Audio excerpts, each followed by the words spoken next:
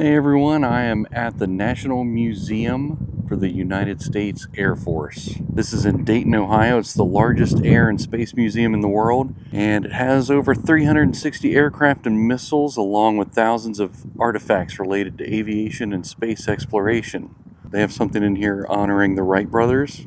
They have presidential aircraft. They also have the NASA Space Shuttle Atlantis in here. They have displays about World War II. They also have artifacts from the B-17, B-24, as well as some other aircrafts and stuff in here. This place is huge, and their website says it usually takes anywhere from 3 to 6 hours to get through. So we're just going to do a quick overview here. This is a free museum. It's free to come here. It's free to park. And the architecture and everything is very much like you'd expect. It's kind of airplane hangar-ish. We're going to get the footage we can get. So join me as we walk through the United States Air Force Museum. Walking up to the entrance here. Like I said, I thought this was pretty cool. I did not know that this place is free to go to. Did not know that. They have a lot of memorabilia, a lot of stuff outside too. A lot of memorials and sculptures and tributes and things like that. You can see some of the placards here. It's the Wall of Honor. And it goes on quite far. But they also have these benches here that are memorials. And this polite sign here with this gentleman asking you not to climb because he already tried and apparently hurt his leg. Take note here that you cannot bring any outside food or drinks. You can bring bottles of water for yourself, but that's it. They don't really allow anything from the outside coming in. Coming in here, I was directed to go to desk number 4. Not really sure what that's about, maybe just to check out things. So when you enter in and you go to the left, it kind of goes through this Holocaust area here. So I went to that desk that they directed me to, and they ask you if you want directions, you want to take a tour, or just get a map. So I got the map, so I could kind of just navigate my way around. This place is absolutely huge. And they do free tours if you wanted to wait and get walked around. So you can see there's tours here at 10 a.m., 1 p.m. And they go through the different areas. So that's if you wanted to take the guided tour. Actually, I opted to go to the right first because you can see they got a lot of aircraft in this one area. So I'm just going to self-guide, kind of walk through and take a look at some of the planes. And what you're looking at now is the 1909 military flyer. So what we're looking at here is the SPAD-7, still a World War I plane. It's a JN-4D. Look at the wooden propeller, that's really cool. You can see the exhaust there. This French-built plane was one of the first fighter planes the U.S. used, and they were known to shed their fabric of the upper wing during a dive. The little donkey on the side's kind of funny, but I bet you if you were in an enemy plane during World War I seeing this coming at you, you weren't thinking the donkey was very funny. It's everywhere you look, there's something. It's really an impressive museum. This one's kind of patriotic. It's another World War I plane. It's a SPAD-13C1. See the guns up there. That is really cool looking. This is kind of cool. When you think about drones and drone warfare, this was kind of a drone from World War I. So this is called the Bug. It was launched from a 4-wheel dolly. It ran down a portable track, and a system of internal preset pneumatic and electrical controls stabilized and guided it toward a target. After a predetermined length of time, the control closed an electrical circuit, which shut off the engine. Then the wings were released, causing it to plunge to Earth, where its 180 pounds of explosive detonated on impact. So, kind of a drone. Look at this large wooden plane. This is really cool. It only had a top speed of 87 miles an hour. It could fly for 372 miles. It could only go 14,765 feet up in the air. Hey, buddy. A lot of these planes we've been looking at so far are World War I planes, so I'm going to try to get a little bit further on in the production and see some of the newer stuff like World War II and on. But they have a lot from World War I. It's amazing how well it's held up for all this time as well. But yeah, this place is expansive. Here's a Ford Model T ambulance. You know, you never really think about what they used to transport people. So it's kind of cool to know it was a Model T Ford they used as an ambulance in World War One. I'm in there, what they're calling the Interwar area. Look at that gun coming out of the front of this one. You can kind of see up in there where they would sit. And this is a Martin B-10. So here's a shot of some of the different bombs they had on these planes, but you see there's at the end, I think that's funny, a term there, practice bomb. DH-82A Tiger Moth. This one was from 1931, and it was a British trainer plane. You see the guy fueling it up there. If you look over there, you got a little dog sitting with them. And here's some of the uniform stuff and some of the medals that they have on display. You can hear the thing starting to take off. We've walked through all the planes they have on display here. We're going to walk over to the other side of the museum now. I'm not really sure. I've never been here before, so I don't know what's going to be on the other side. I know it starts out with the Holocaust stuff I started to show you earlier. So we'll go over there and take a look and see what we can learn. You can see a quilt there that was made. Some of the artwork on display. A lot of Holocaust memorabilia. It's very sad. But we'll move to the next exhibit. This hallway has different flight suits, flight jackets. It's kind of a neat display. Can't really show you a whole lot in this area. There's a lot of kids in here playing. It's more for, you know, the Discovery Zone kind of area for the kids. They cut out the back of a spacesuit, an astronaut suit, and you can stand in it and make it look like you're wearing the suit and take your picture as an astronaut. And I thought that's kind of neat. But you can see over my shoulder here some of the planes and stuff, the little models they have on display. You can fly your own little helicopter inside this glass cage. Can't really show you a whole lot in here, but just know this is a really cool place, especially if you have small children, to bring them in here and let them just run wild. There's all kinds of tactile things they can play with, things they can experience, and they can even go in this room here and build some stuff. So pretty cool. The kids area was called the Aviation Hall of Fame. I mean, it's not technically a kids area, but there's just a bunch of stuff for kids to do there. And they also had simulators where you can kind of go around in NASA equipment and do little projects like pick up a rock or something like that. Couldn't get real close. There's a long line to be able to show you, but just know that's another cool thing they got here. This has been so impressive, guys. I mean, if you're ever in Ohio, try to make it to Dayton and come to this Air Force Museum. It is amazing. This thing spans forever. It feels like forever. I'll have to look up the square footage, but it feels like you could walk around here for 3 days and probably not see everything. So pretty big. You can see over there, they have more of the simulators. So it does look like the virtual reality and simulators do cost an extra fee to go through, which is completely understandable because they look pretty amazing. The line's pretty long for them though, and it looks like mostly kids are doing it. I just want to let the kids play and have some fun. I think this is spring break for a lot of these kids. Just let them run around and have fun, go crazy. So this is the medium M2 tractor. This was to move aircraft and heavy trailers. So think of this as sort of a tow vehicle for airplanes or heavy vehicles that were stuck in the mud. It was this thing's job to get them out. So you can actually go inside of this C-124 big plane. They got the front open and you can just kind of walk in. So I'm gonna try it. So they have the railing and everything to guide traffic up through here, but it's really cool. I don't know how well this is coming across on video, but this plane is massive. There's some cargo hooks on the wall. There's some of the seats.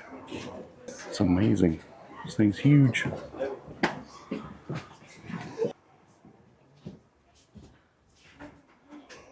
They have a cabin service center up there. You can see, looks like places to store drinks or food or something. This is cool. I'm walking through a huge military plane right now. And I'm getting ready to go down the ramp, exiting the plane.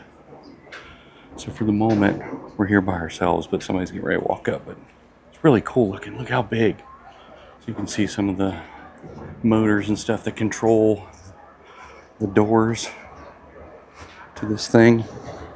And there you go. I'm coming out of the plane. Awesome. I have arrived. There's the side view of the plane I was just on. Still going, still going. That's the wing for it. Coming out over everything. Pretty huge. These are the controls for an F-86. These are the gun sights. Y'all, these are cannons. Look at that. That's huge. I bet you this one on the bottom is every bit of like 7 or 8 foot long. This is a 50 cal. Big, big gun. And here's Jacqueline Cochran. She broke a lot of barriers for women to be in the Air Force and be pilots. Very cool. This is an F-86A Sabre. This thing's massive. Look at the exhaust marks there. So guys, check this out. This is the F-82G twin Mustang. So you see the cockpit there, and then there's a cockpit over here. This is all one plane. It was designed this way so that during long flights it would fight fatigue. So if one pilot got tired, then he would give control over to the co-pilot. The co-pilot would take over flying the plane. I have never seen a twin plane like this. This is awesome. The F-82G twin Mustang. There's a chopper up there. And there's the tail of the plane we were in earlier. There's another chopper. It's the UH-19V Chickasaw.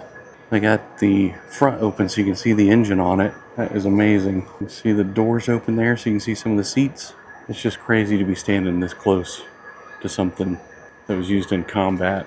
There's the cockpit up high there, right below the rotor. So here's this huge B-29 fuselage, and it looks like you can walk through it. So I'm going to try to walk through. It says watch your head here, so hopefully I don't knock myself out. Look at the controls over here. Camera controls. That's cool. Some of the flight controls on both sides. I don't know if you can see that over there. I'm stepping over these propeller controls so you can tell like what your prop speed is and all that. Here's another seat with some more controls. Throttle. Communications. I just now can stand up here. It's a crew tunnel. And here's where the payload is. Look at all these bombs. They got more lined up here. So you can see some of the bombs lined up in there. It's really cool. And like I said, there's the crew tunnel out the other side. It's amazing. It's cool that they let you walk through this stuff. It's really neat to be able to walk through and see all the controls and bombs and stuff. Kind of enjoyed that. This is the front of a B-45C Tornado. And I am walking through the underbelly. So this is the bottom here. I'm sure if these doors opened, it meant bad news for whatever the target was underneath.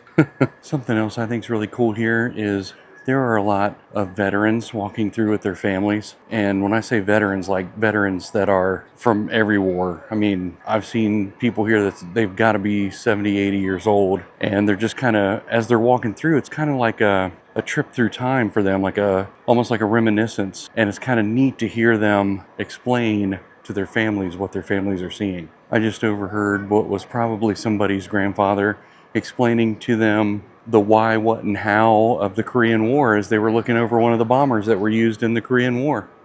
And you can't beat that. That is real life history. And if you are a veteran or currently serving, watching this video, thank you so much for your service. Thank you for everything you've sacrificed, the time you spent away from your families. Just thank you. There's a drone over there they got hanging. This section is for the Southeast Asian War. The F-105G Thunder Chief. It's huge. You can see the pilot and co-pilot up there. It's very pointy in the front. When I say pointy, I mean it is pointy. This is a surface-to-air missile. Look at that. It's amazing. They do have a cockpit that you can typically sit in, but for whatever reason, it's roped off right now. It's closed. So I won't be able to pretend I'm a fighter pilot today. This is an RB-66B Destroyer is what this is called. It's a massive plane too. So I've been trying to tell you how big this place is. Imagine all of these fighter jets, all these airplanes, all these Jeeps, all this stuff fit in this building. It's a huge freaking place. So this is the Memphis Belle II.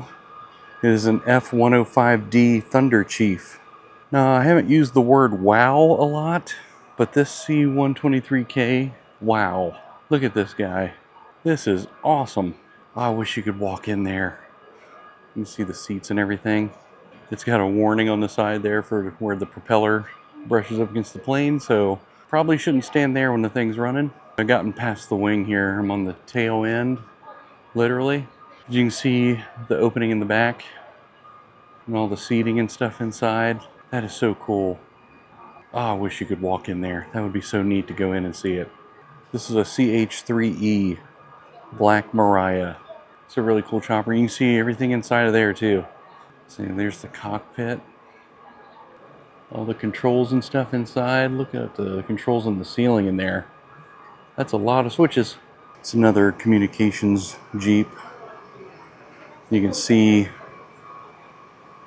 the little phones that they have there. So here's a Chevy Cheyenne chassis for this communications intercept van. You can see there he is intercepting communications. What you type in there, buddy? What do you got? This is a heavy machine gun. It's actually called the DSHK heavy machine gun. I'm gonna head into the Cold War area now. I'm assuming this will have more of the modern stuff, and I think this may have some of the space stuff that we're looking for. So here we go.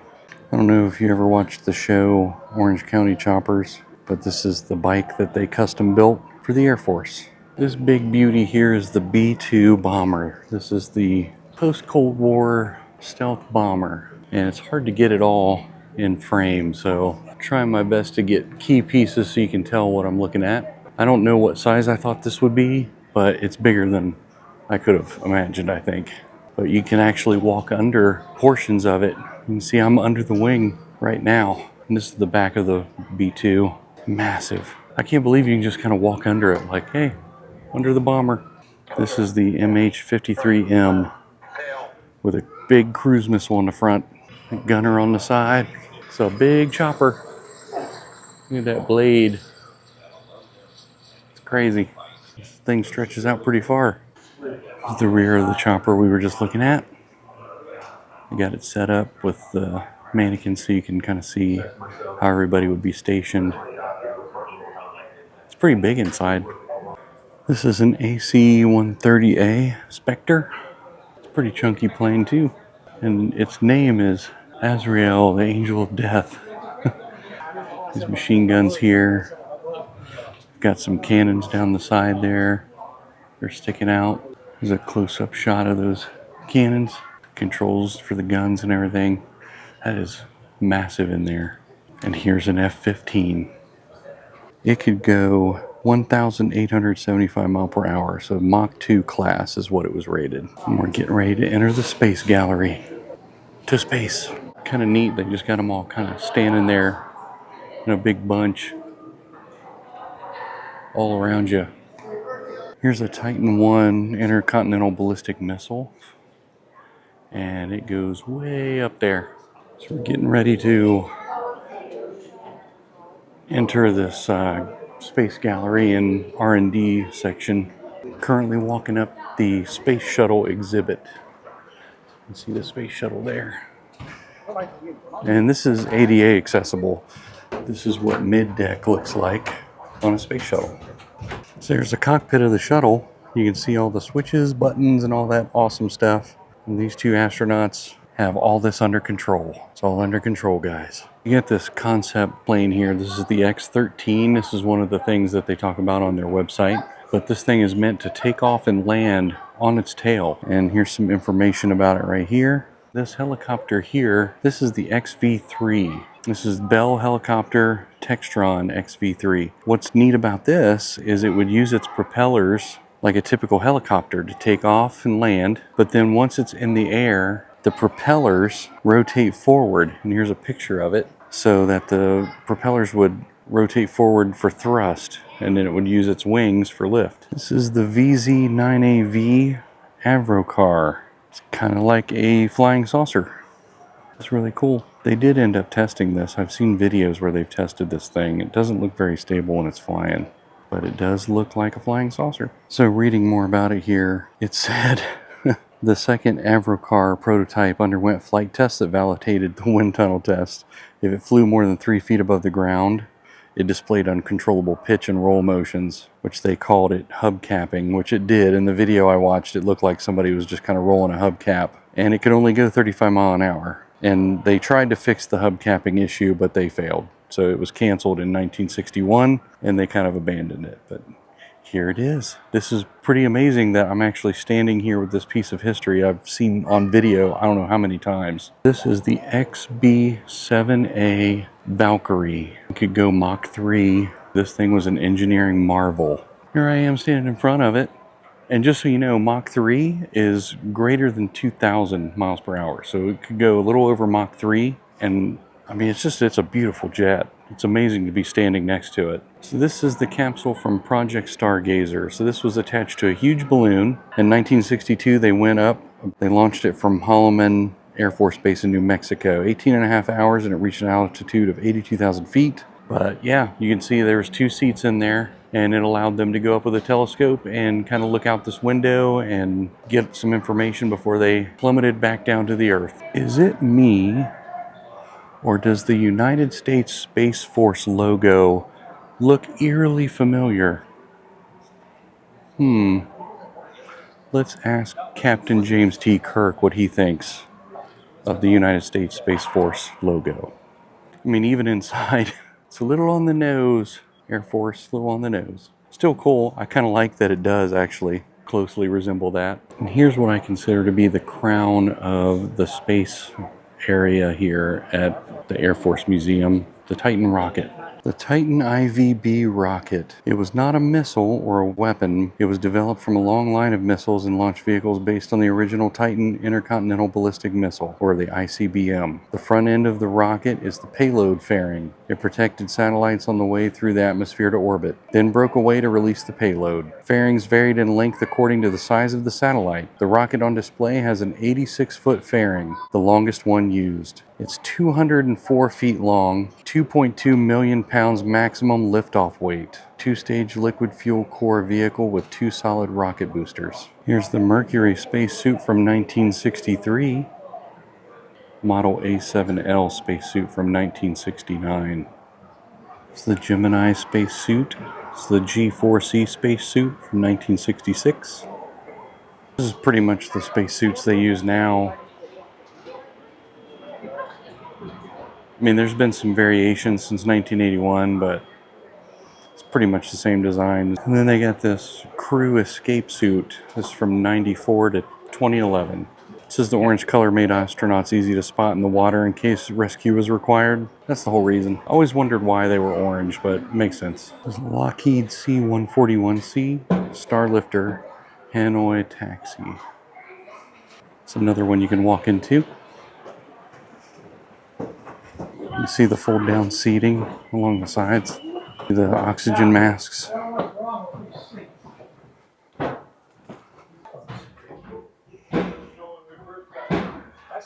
Leading into the cockpit. You can kind of see it up there.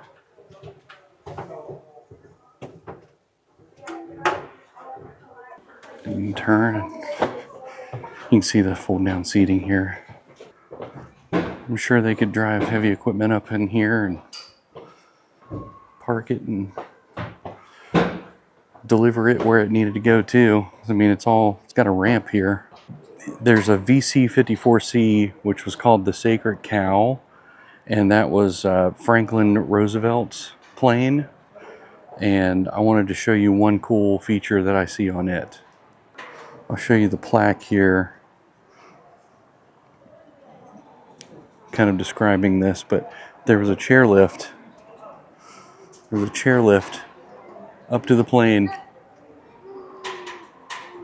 So that was a replica. That's a replica of the wheelchair that Roosevelt had. But you would wheel up to the chairlift, and then he would be lifted up into the plane. And it's one of those beautiful riveted together kind of planes that I like. It's really cool. And the decal on the back says the Air Transport Command, U.S. Army Air Forces. So yeah, the Sacred Cow, that's the plane that Roosevelt used. We're talking about Franklin D. Roosevelt, just in case. Not Teddy. So it says the walkway is pretty narrow once you get on the plane, so we're going to see what that's like.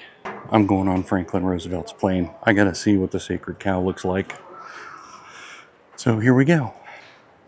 Here's a shot inside the cockpit. There's a good shot of the cockpit right there. That's pretty amazing.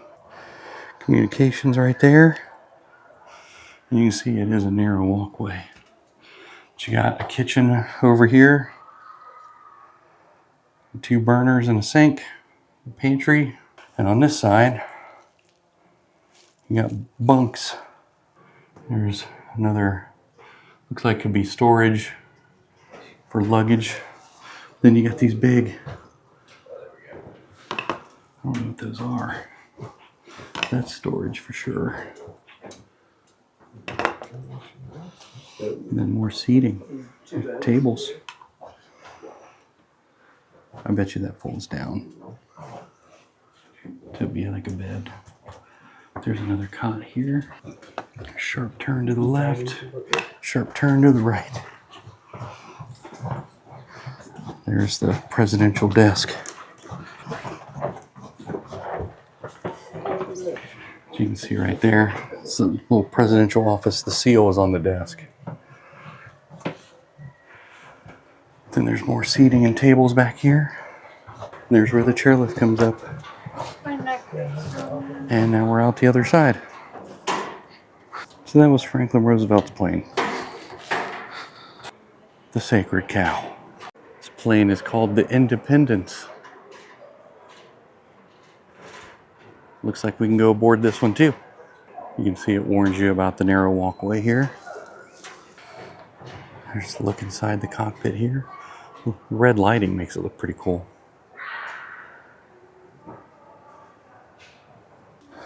There's the cockpit. It's amazing. There's communications. Same as the last one. Got some storage, oxygen tanks, a safe. A safe down there. This one had a men's room. There's the, looks like an all-in-one table, some cards on it. A table on this side, more storage and seating. I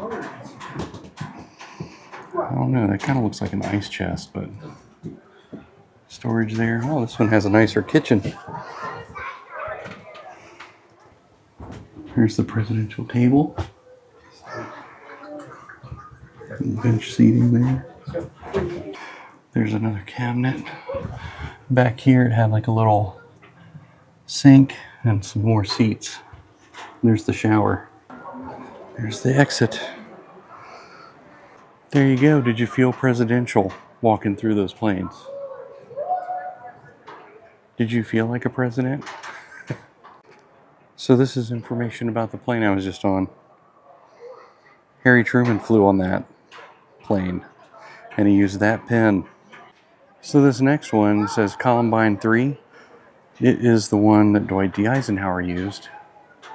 You can see the U.S. Air Force over there. Some communications there. You can see the cockpit there. The table with all the... That's a lot of buttons and dials. It's crazy.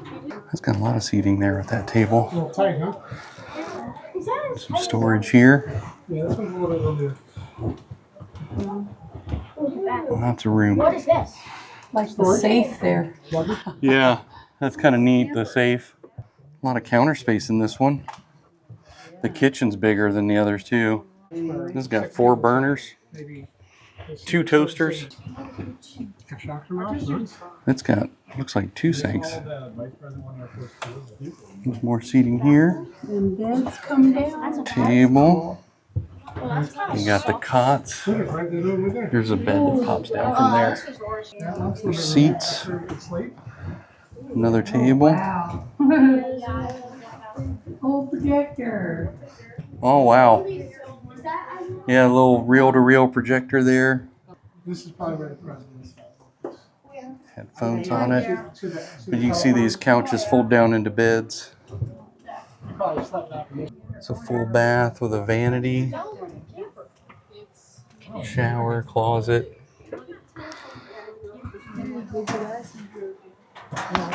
And then we exit.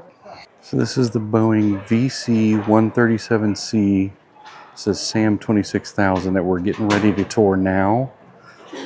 This was the plane that John F. Kennedy was on. I believe when he was assassinated, this was the plane that he flew to Texas on. Is the cockpit there? Did it really? All the switches and stuff. Look at the communications here. This is the coolest one. Kitchen. There's more seating here on both sides. A bench that runs along the back side here. This wall's just solid. So this must be an office. Oh yeah. You can see the flip down desk. Couches. Captain's chair there. TV. Then there was another room here. Tables and a lot of chairs. Phones. Then down the hall from that, you had another table set up on both sides. You had a copy machine.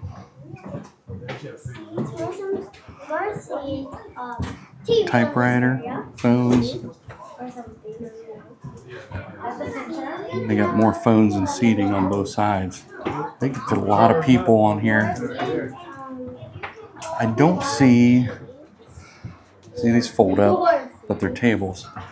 I don't see a lot of places to sleep on this one like I've seen in the others. Here's another kitchen. It had 2 kitchens. And then 2 bathrooms. It is narrow in there, so it's hard to film everything because you're trying to hurry through and be respectful of the people behind you, but at the same time, there's like 24 inches of space. So you're like, you have to either turn this way or this way. You're sideways walking through that entire plane. It's nice to get recognized while you're out. And, you know, sometimes it's a little embarrassing, like, oh, okay, you recognize me or whatever. But I told him I would put him on camera just so you guys could meet him. This is my biggest fan. This is Harry. He's my biggest fan. Nice to meet you, Harry. Thanks for watching the channel. This is a missile launching control room. So they kind of tell you the story about women at the launch button. But this was where the magic happened. You had all these procedures and protocols in the books. And then they kind of give you the rundown. Only the President of the U.S. can authorize a strategic missile launch. In the Minuteman II system, the launch sequence took less than 5 minutes. And then it kind of gives you the steps. And then finally, missile launch. And then here's like a little diorama that gives you what this operation looked like. So I think that's it for me. There's a lot to cover in here. There's a lot of things that I skipped over. I would have taken way too long to film everything, every single thing, but it was an amazing experience. This was pretty cool. So I'm making my way outside of the building now, and I want to show you some of the things that are on the outside before we wrap up. Of course, you exit through the gift shop, and they got a lot of cool stuff. They got, look at these spices and everything. Look like hand grenades. That's pretty funny. I like that hoodie. That's really cool. But they got backpacks, action figures, paintings. They even have some alien propaganda here. That's pretty funny. I like that. Shot glasses and beer glasses. You can get a little folded up American flag. They've got models, toys, Air Force apparel, books on aircrafts and the museum. I mean, hats, shirts, cups, even things to put on your bar. And these glasses are kind of cool. Little eagle-headed walking sticks, magnets, pens, lanyards, all kinds of stuff, even bullet thermoses.